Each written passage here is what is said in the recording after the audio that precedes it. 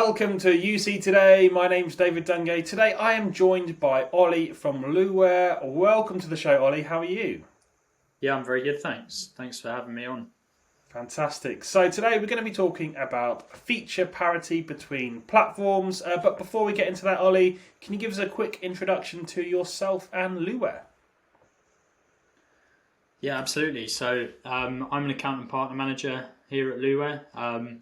Luware are a Teams contact center and customer service application provider. And I'm basically responsible for managing both direct customers and partner relationships here. Fantastic. So we're going to be talking about feature parity between UC platforms today. It's something everyone likes to talk about, compare features and benefits. But first of all, maybe we could have a bit of a scene setter.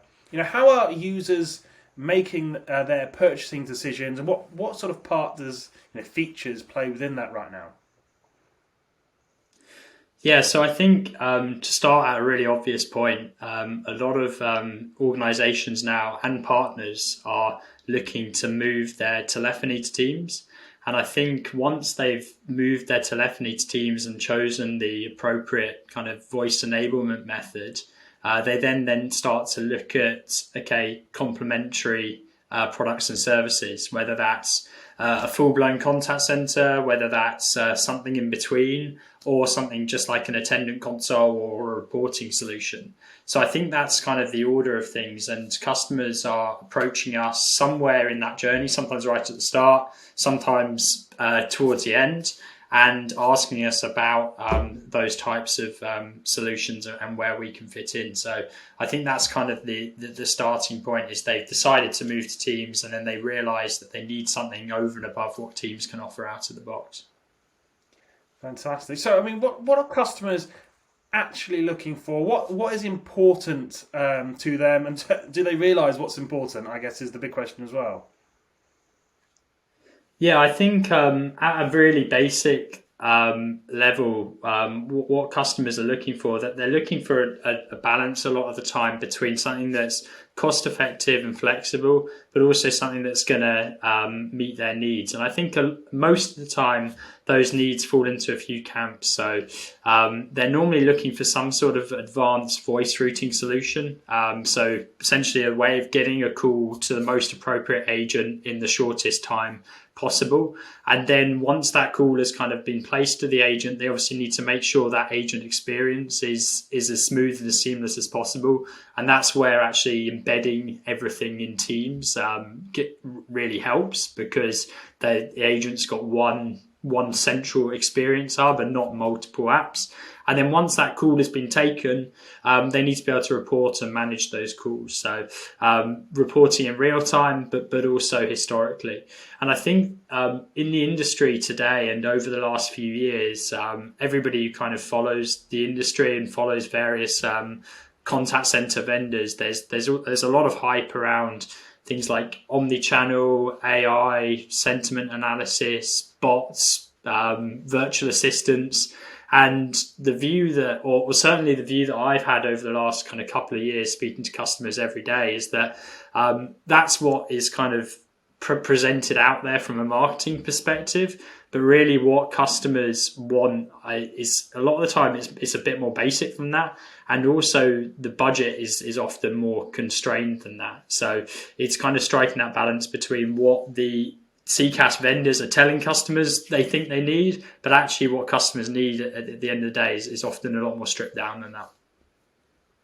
Right, okay. So, when people migrate to Teams, obviously they're coming, normally they're coming from one of those traditional, CCaaS vendors perhaps.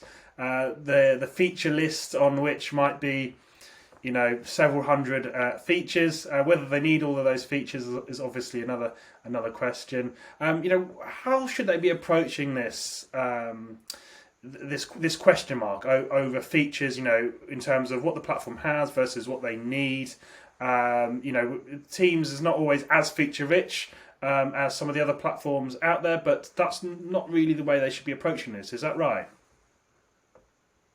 Yeah, I think so. Typically, with a mid to larger size organization, the IT team, or maybe the customer service team, whoever it is that has been assigned to do these kind of investigations, will go out to the market. They'll have a few demos, and at that point they'll get a flavour for what they like and don't like, and often they will choose to go down the Teams route because they've chosen Teams for their telephony. Everybody in the organisation is using Teams, and at that point they would go back and create a exhaustive list of features, as you mentioned, that could be hundreds, if not more, features long in a tick box.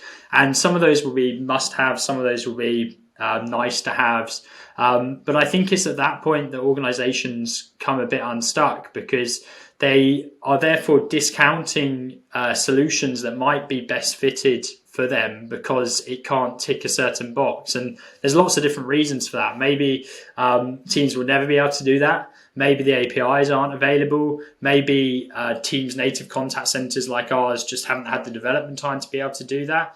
But I think perhaps organizations should take a slightly more holistic view, where the end goal, they should assess the end goal, which, if that end goal is to have everything centralized in Teams and have all business communication centralized in Teams, then I think that they perhaps got to be prepared to take a small hit on the features that are going to be available compared to legacy and traditional cloud contact center providers that have had 10 plus years of development in their own cloud. Because if you do go down that route of a connected contact center where you've got a kind of a CCaaS platform out there and you're passing calls between Teams and that CCaaS vendor, then on paper, it's going to tick all those boxes because they've had 10 years to develop those boxes. But the actual end user experience and just the whole experience of using that with Teams is going to be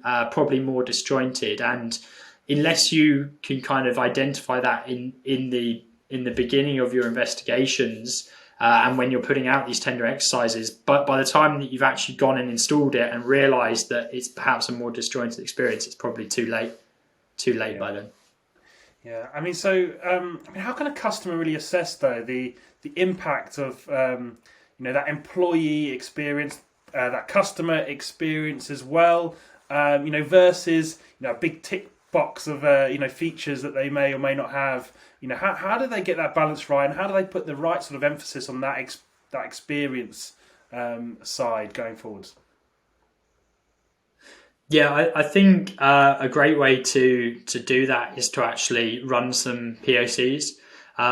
So we're obviously, I'd say one of the core requirements of a lot of customers would be a cloud first or a cloud native application. And if something truly is cloud native or cloud first, then it should be really easy to spin up a POC. That shouldn't take more than a couple of hours really to spin that up. So I certainly think that if customers do a POC, perhaps before that kind of tick box exercise or during it, alongside it, then they're going to get a real feel for what that application is going to do for their business. And I think the benefits of actually truly natively combining something in Teams can only really be appreciated when you start using it day to day and you get it in the hands of different departments. Obviously, the end users are going to have their say, and of course that's really important. But then you've got various different roles within a contact center. You've got the supervisors, you've got the admin side of things, you've got the higher level management. So if you can get a POC, even at a very small scale, into their hands, I think that's going to probably be the best way of assessing the merits of a solution. Fantastic. So, Ollie, unfortunately, that's all we've got time for. But thank you so much for sharing your insights on feature parity with me. No worries. No, it's good to speak to you. And thank you for watching. You've been watching me, David Dungay, on UC Today. If you like today's conversation, please give us a like and a share on social media. That's it from me. See you next time.